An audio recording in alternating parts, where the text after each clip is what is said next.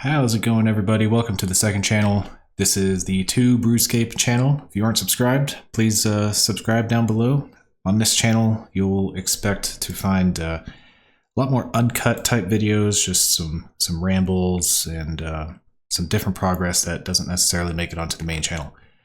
But in this video, in the first video on the BrewScape channel, I just wanted to kind of tell you guys what has been going on in my life for the past almost 3 months now, and why the Sailing Chunk account has not seen the light of YouTube in that same amount of time, if not a little bit longer. So if you want to hear a pretty long story, sit back, open yourself a beverage like I'm about to, and listen to this crazy story that I have going on. So first things first, I am still playing the account. This is the Sailing Chunk account. I'm hiding all of the UI, so it's not a crazy spoiler on anything that I have going on. Let's just say I have a bit of a smithing grind that I need to do at the moment. So that's what you're watching in the background. Well, I'm attempting to, but people keep stealing my struts. But anyway, yeah, see, completely uncut. Let's rewind back to, let's see what the date was. It was November 18th, 2024. So November 18th, 2024, I wake up, I get my coffee, I get some water, and I walk into my office, and I'm about to start work for the day. And as soon as I walk in, I step on a small puddle that basically my carpet was wet, and I'm not entirely sure why. Like, I look up, you know, the ceiling's not dripping any water. I look around, nothing is going on. Doesn't seem like water should be coming from anywhere. I had water in my hand, and I'm just like, okay, maybe I like spilled some water out of my hand and I just didn't realize it. So I'm like, well, I hope that's not what I think it is. My office is in the basement, and you know, that could be bad if you know anything about houses. So I'm just like, all right, well, I'm going to keep an eye on it. I'm going to continue my work for the day, and we're going to see what happens here. So I set my coffee down, set my water down, set everything down, and just start working for the day. And as the day goes on, I start to smell a certain type of smell that one does not want to smell in their basement. So yeah, long story short, my drain for our sewage ended up cracking underneath my house. And then that basically led to some of that contaminated water coming up through the foundation of our house. And it seeped in through the concrete right into a small patch of carpet right under my feet, right in my office where I work every single day. Luckily, when I saw it, it was only about a foot in diameter. You know, I'm American, so I would measure things in feet. It's a very small thing. It's about 1/3 of a meter. Okay, Brits, listen. So I'm like, okay, this is probably bad. I need to figure this out. The next morning, I was actually supposed to leave with my wife to go on a trip. We were going to a conference that she was going to be attending. And I was like, well, this is something that I have to sort of stick back and take care of. Maybe I can join you later in the week and take care of this first few days. So I found a plumber who could come out. It was a plumbing company, very reputable company, one of the big companies in the area where I live. And they came out about 3 p.m. or so the same day, which is pretty good for, you know, emergency type of call and repair. So they came out to do what's called a sewer scope, where they stick a big long, or a big camera on the end of a big long pipe, I guess, or some sort of cable into the sewer drain, and they can go and scope out everything all the way to the main line on the main road. And they came in, they performed the sewer scope, and right off the bat, they could tell that the foundation, or the main drain pipe underneath my underneath my house before it even gets out into underneath like the soil outside was definitely cracked. It had shown signs of dirt inside of the pipe, which is not something that you want to see. So, they told me what the job entailed, gave me a bit of an estimate, and said we can actually come and repair this like on Wednesday. We have availability to do this. They gave me a little bit of a walkthrough of the job. It is a huge job. They come in, they jackhammer through the concrete in the floor, and they told me the whole process basically. So I'm like, okay, well, let me make sure that my insurance is going to cover this and everything. And they were really nice the whole time, not pushy or anything like that. So they gave me time to talk to the insurance company. The insurance company confirmed that they basically would cover it all. So I was like, all right, sure, let's go ahead and schedule the job for Wednesday, 2 days from when they came out. So they gave me a brief explanation of the job. As I said, they have to jackhammer through the concrete, and they basically said, yes, this is a very dusty job, and we do our best to mitigate any of the dust that gets dispersed. So I was like, okay, yeah, sure. Me not knowing any better, I'm just like, yeah, I'm sure that they're going to do whatever they can to prevent any dust from getting anywhere. So we go to a hotel. I chill out for a couple days. Wednesday rolls around and they begin the project. It was supposed to only take a day. It ended up taking like 3 because there was some issues just with the way that they set everything up. So I come back on Thursday. This is when they basically had completed the job. It was like late Thursday night. They said, all right, we're getting out of here. Everything's done. And throughout this process, I had been outlining different things that I was concerned about. Like in the laundry room, the washer and dryer were like right next to where the drain starts. So I was concerned that the washing machine and the dryer was, they were going to be damaged. And basically when I got back, I saw that they had basically done nothing to cover up the washer and dryer, and in fact pushed a bunch of dirt up against the washer and dryer. And by the time that they had finished filling all the dirt and everything back in, it was obvious that there was just dust everywhere. I mean, when I'm talking there was dust everywhere, there was like just white dust covering everything in 2 rooms. One is the office and one is the laundry room. The washer and dryer were just caked in dust.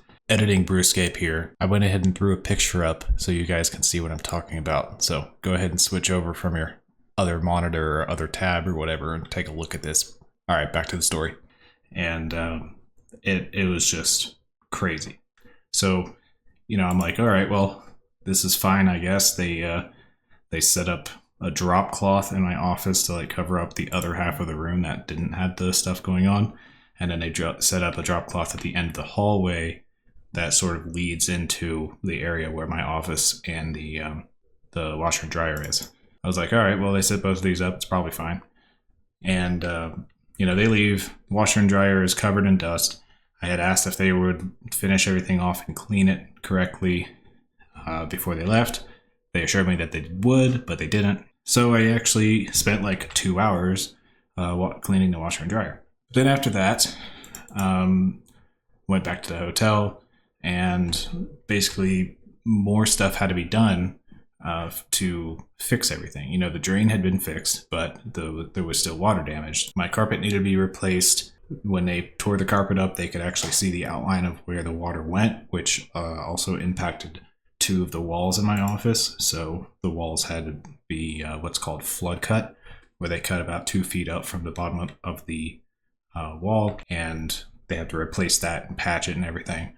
So that had to be done. And it's not a huge job, and thankfully nothing else like in the space was actually damaged because I caught it so early. But the reconstruction needed to be sort of scoped out and scheduled. So on Friday morning, the next morning, I basically was ready to move back in to the house, and I come early in the morning and meet somebody from a restoration company. That's what they call them around here. I meet this guy from the restoration company. He has a lot of experience dealing with different issues like this. And he walks into the house and just realizes that sort of everywhere is covered in dust. And, he asked me all the details about what the company did, and I walk him through it. And I sort of show him what they did.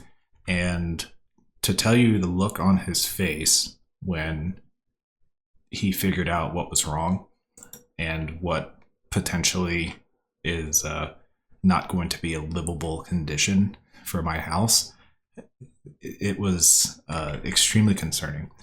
So he basically tells me that he has a serious concern for what's called silica contamination. And silica, silicate crystals, silicon crystals, whatever you want to call them, it's often found in concrete. And basically, crystalline silica, whenever you jackhammer through concrete, you powderize the concrete by jackhammering it. And if the concrete is made of mostly silica, which most concrete is, then crystalline silica will be exposed into the air and dispersed everywhere where air is able to be sent, because it's a very, very fine particle and it can float anywhere. So I walk him through the two work areas. One's my office and one's the washer and dryer area. And he turns around in the washer and dryer area and says, "Hey, isn't that your HVAC unit?" And yes, indeed, my HVAC unit is in the exact same room as my washer and dryer. And he says, "Did they turn off the HVAC unit whenever they did the work? Or did they ask you to?" And I said, "No, they didn't say anything about it." And he's like, "Well, that is a problem."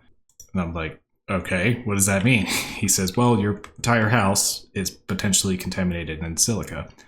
And the dangers here is that we basically, in the industry, treat this the same as asbestos. Prolonged exposure to silica, prolonged exposure to asbestos, they result in basically two sides of the same coin when it comes to a sort of disease or anything like that.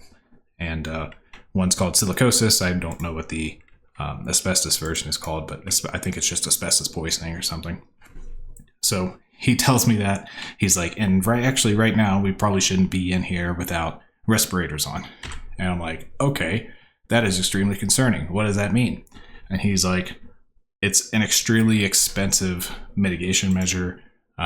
This is something that you need to make sure that your insurance is going to cover, because we can't even come in here and begin the reconstruction on your office until we mitigate this potential hazmat.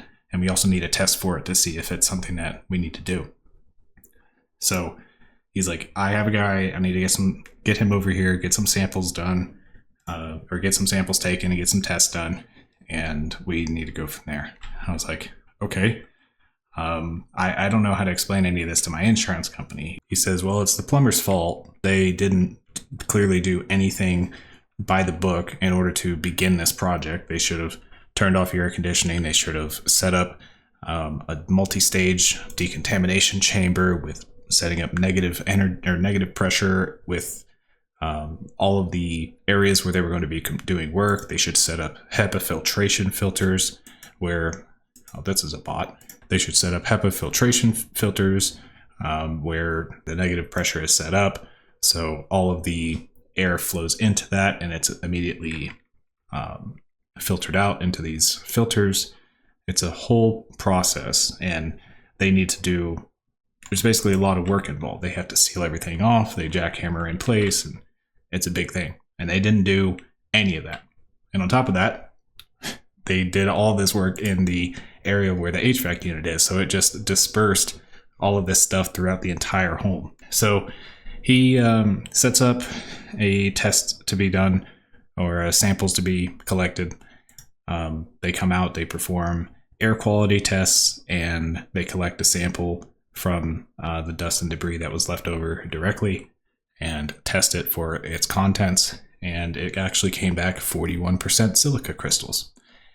And the two air quality tests that they performed, one downstairs in the work area and one upstairs in the house, both showed extremely elevated levels of dust and debris. So because of that, it's like easy to assume and correct as far as their process goes to say that silica contamination has indeed happened. So now we get into this much bigger issue than what we started with. And, you know, we call my insurance company, we tell them what's going on. And my insurance company sort of starts out by saying, yeah, this is an issue, but, you know, really it's on the plumbing company, so we don't necessarily want to be involved. But, you know, let's get it started. And you talk to the plumbing company, see what they say. And if they don't want to help you out, then we'll go after them for helping, or we'll potentially go after them to help you out. And I was like, okay, well, that sounds great. So, you know, I call the plumbing company and I tell them what's going on, and they're a little shocked. They're like, oh, well, we, you know, did what we were supposed to do. And I have the guy from the restoration company right next to me. He's saying, well, these are the protocols that you're actually supposed to follow whenever you're dealing with concrete, regardless of if you know it's silica content or not, blah, blah, blah. And they're like, well, you know, okay, if it really caused an issue, then I guess let us know whatever the problem is or whatever we need to fix. So the guy from the restoration company writes up an estimate, and this estimate comes back as $43,000, not $4,300, $43,000 just to clean like the walls, the ceilings, all the hard contents within the homes, all the hard furniture, set up HEPA filtration, set up all these different things to clean the home.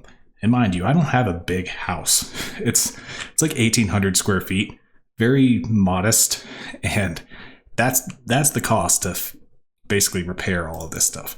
So now I'm panicking because I'm like, all right, this is something that they're just going to deny. My insurance company doesn't want to help me cover it. Like, it's going to come out of my pocket. Now my home is just poisoned for good. And like, there's no hope. So to add on to this, all of the like clothing and furniture that's soft and basically can be taken off site to be cleaned, all that has to be cleaned separate, and that's not even included in the original estimate. So another team comes out and does a scope of the project and gives me another estimate between $10,000 and $15,000. So I'm like, okay, great. Now we're, you know, $60,000 into the hole here, including like whatever extended hotel costs that my insurance company doesn't want to pay for. So now what do? Well, during all of this time, it's also like Thanksgiving here in the US. So my insurance adjuster and the representatives from the plumbing company and everybody else that I've been working with, like, they're all out on vacation for different times. So we're just like chilling out in a hotel room and also like waiting for testing results to come back on all of these different things for the longest time. Nothing can be done on weekends. Testing is like a 5 business day minimum. So it's just going week after week after week that we're just chilling out in a hotel room waiting for word on what's going on. It gets around to the point where we get that big estimate back. I alert the plumbing company on what the estimate is, and their first inclination is, oh, we do not find fault in our work. We're not going to do anything. I call my insurance company and I say, they're not going to do anything. They told me that they're not going to cover anything. What do I do now? Like, can I pass it on to you guys? You guys can go after them and subrogate against them, like you said that you could potentially help me with. And they're like, actually, no, it's not under your coverage, so we're not going to touch that with a 10-foot pole. And I'm like, okay, so like, what do? I just pay for it myself, which I cannot do. Like, what do I do? So we're panicking. We don't know what's going on. I end up calling the plumbing company back to get like a full understanding of why they are deciding that this is not an issue. And they said, oh, well, this sort of came down from this executive that we have as part of our parent company. And he said, this is not something that we, expect to cover or whatever. I'm like, okay, well, can I talk to them and like explain the situation to them? And they're like, oh, well, he just got on a plane, so you're not gonna be able to talk to him right now. And I was like, okay, well, that's a pretty freaking bold move. tell somebody that they're screwed and then basically get on a plane to where you can't answer a phone call. I was like, I demand to speak to this guy. We need to know what's going on. I need to give him my side of the story, blah, blah, blah. So they're like, okay, we'll let him know that you want to call him or you want to have a talk with him. This was on Friday. So, of course, didn't get a call till Monday. The guy calls me, and he was actually a pretty nice guy. I talked to him. I explained my side of the story and everything, and he said, oh, well, that's weird.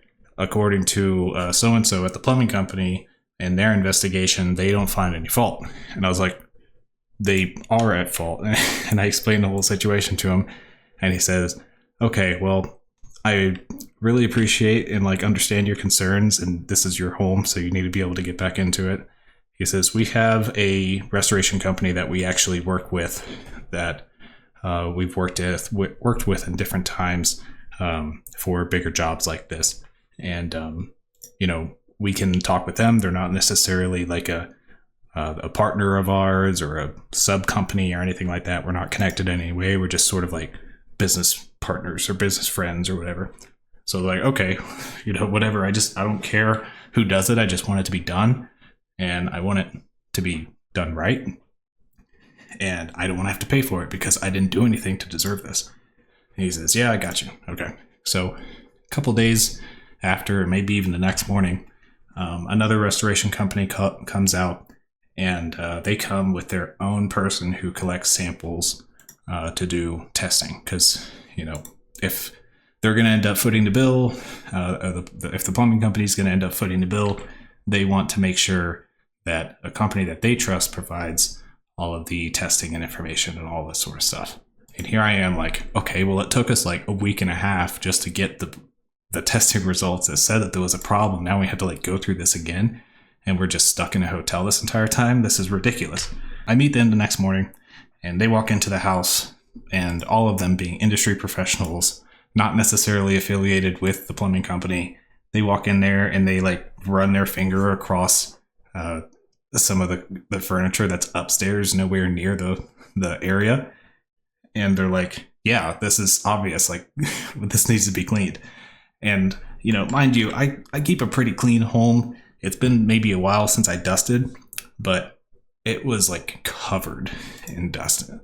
They go downstairs and I show them the actual work area, and it's triple the dust that was upstairs. And they're like, yeah, what's the first rule of starting a project like this and jackhammering through foundation? You always turn off the air conditioning. They didn't do that. I was like, no, they didn't do anything. They didn't tell me to do anything. They didn't tell me to prepare anything in any particular way. They just sort of came in and sent it. And I'm like, I just don't, I'm glad that you guys are saying this. It's just, it sucks that it's taken this long for them to just, accept fault. And he's like, okay, well, we're going to do what we can. We're going to tell them what's going on. And, if they want to contract to get it done, it's probably going to be through us. But, here's all of our accolades. We're a professional company, blah, blah, blah. We can do it, whatever. So I'm like, I don't care. I just need it done. So basically they write everything up, and I get a call from the executive at the parent company of the plumbing company, I think the same day or the next day. And he's like, yeah, he told me what was going on, and we're going to see what we can do to get this covered under our insurance. And he's like, it's going to take a while. Christmas is right around the corner at this point. It's New Year's and all this stuff is happening. So it sucks, but we have to submit this to the insurance. This is not something that we could just sort of foot the bill for right off the bat. So at least now I'm like, okay, well, they're going to cover it. They've sort of already taken responsibility. So it's not on me anymore. Somehow it's going to get paid for it. So, they submit everything to the insurance company. Luckily, we didn't have to wait for a second round of tests or anything, because they were just like, there's no reason for us to even do any testing. It's obvious that, yes, this is the issue, and the entire house is covered in dust and blah, blah, blah. So it's we're good. We could just move forward with this, and we can get it on our schedule as soon as you guys start pay for the project. All right, sorry, resuming the story now. Someone turned on the water in the house, and it's very loud. The pipes are pretty near my office, and you can easily hear it on the recording, I'm sure. So, all right, where was I? Oh yeah, so they decide, they're going to pay for it, or they're going to try to get their insurance company to pay for it. So they submit all the information to their insurance company, and their insurance company is taking forever to get back to them. At this point, we moved from a hotel over to an Airbnb because the hotel was extremely expensive, and the Airbnb was a little bit cheaper. It wasn't exactly near our house, so that wasn't great. But we actually weren't really traveling back and forth a whole lot since we were just playing a waiting game for a long time. So, Christmas rolls around, Hanukkah goes by, New Year's goes by, and we're into the week following New Year's. What would that be? That'd be the week of January 6th. And I call them and I'm like, guys, what is taking so long? Why are we not getting information back yet?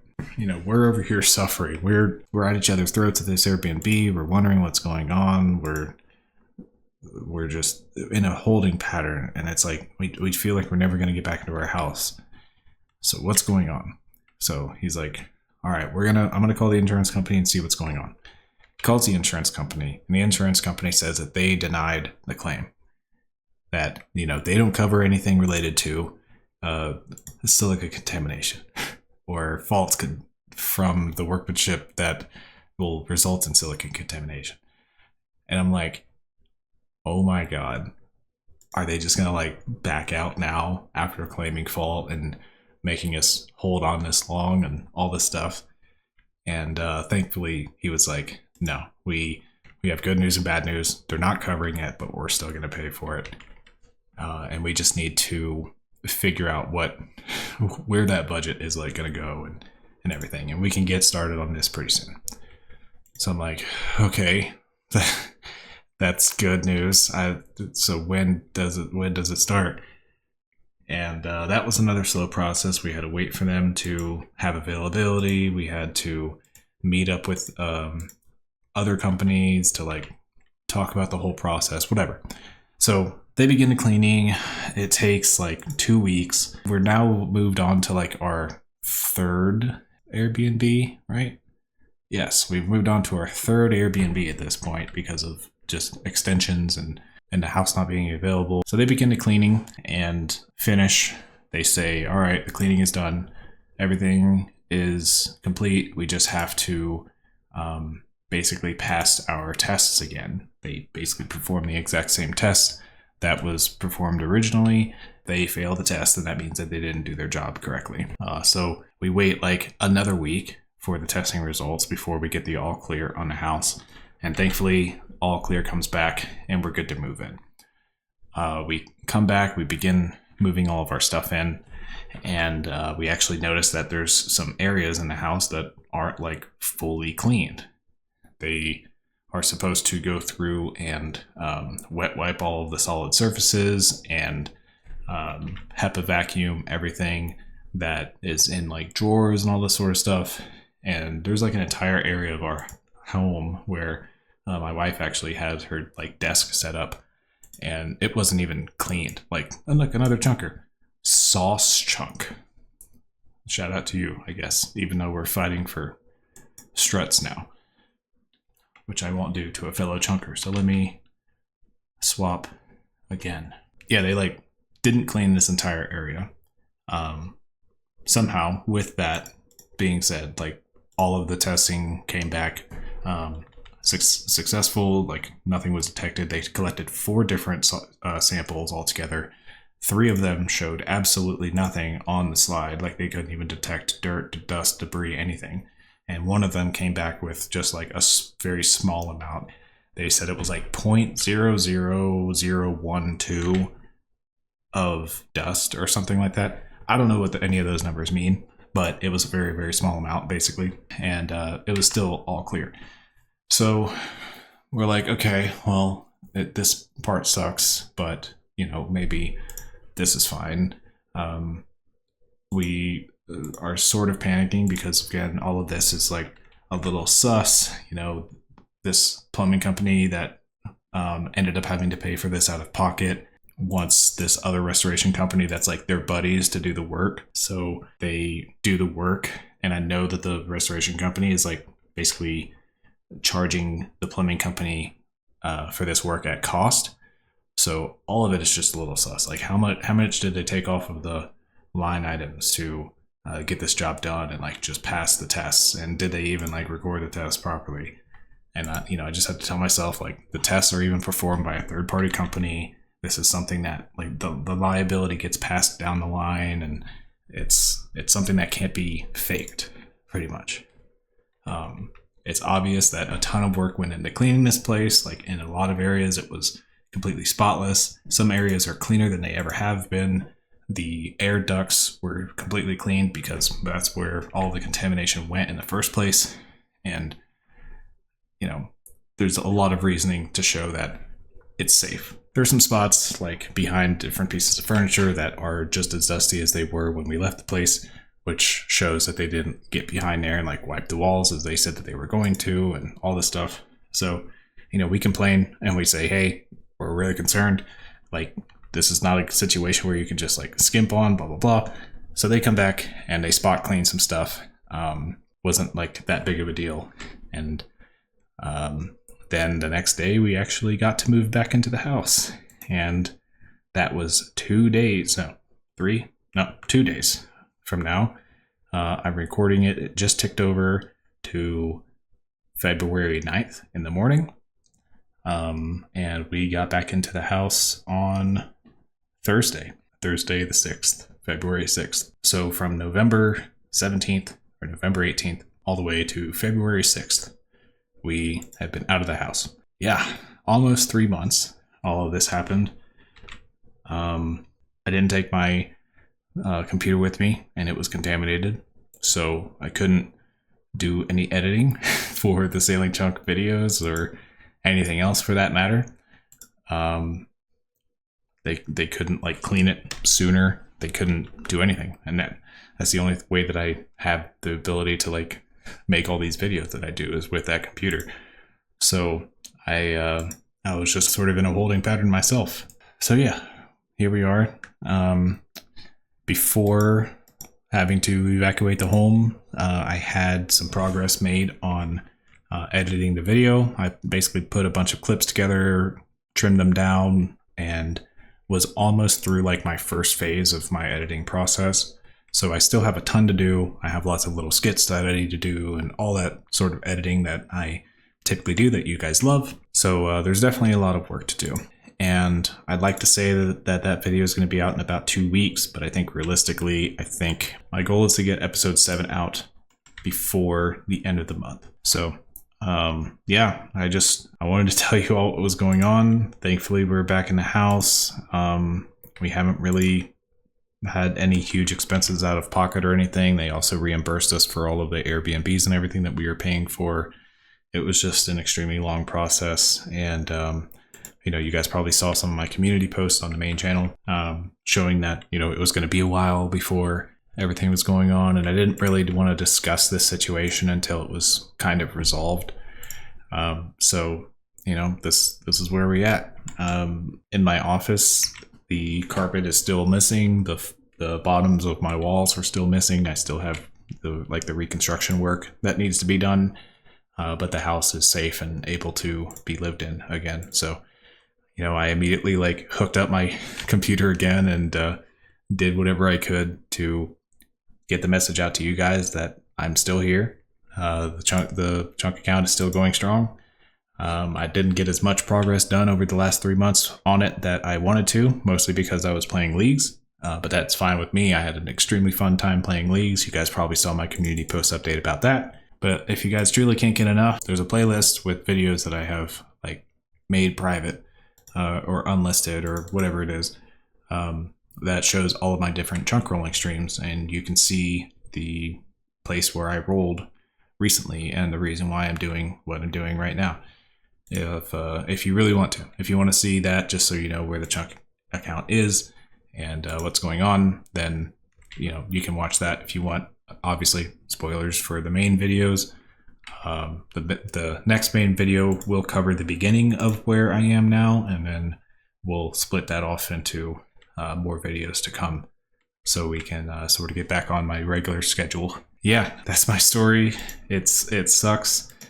Everything could have been a lot worse. Like, I could have went on that trip and then come back to a house that was basically completely ruined with sewage leaking throughout the entire home, or like covering the entire basement and, you know, ruining my computer or ruining all sorts of stuff that I have. But none of my actual furniture or none of my things were ruined because of it. It was just the carpet and the wall. So, yeah, that could have been bad. We could have gotten into a situation where it was like an entire legal battle. That being said, it could be a lot better. You know, we could have had the plumbing company like know what they were doing from the get-go and not have caused any of this, and I wouldn't have been delayed this long. It would have been literally like a 1-day job, 2-day job, whatever. My insurance company could have helped out from the beginning, like they said that they, quote, possibly could or whatever. That would have been nice because I wouldn't have had to fight with them and we could have been back in the house earlier. But, you know, this is just a bunch of what ifs. It's like hitting the rare drop table and being like, oh, that could have been like 16 dragon spears. It's just, it is what it is.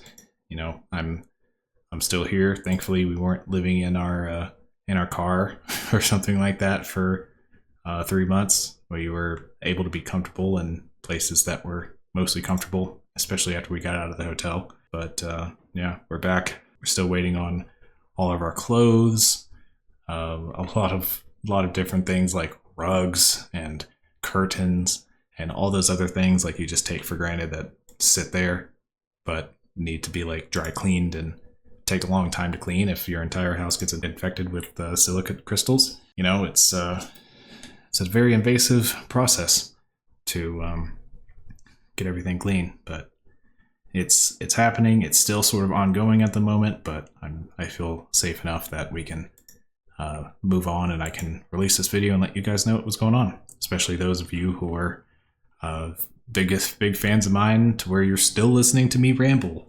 about 44 minutes at this point. So I'm going to go ahead and cut this off before it gets too long. Look for more succinct videos on this channel in the future.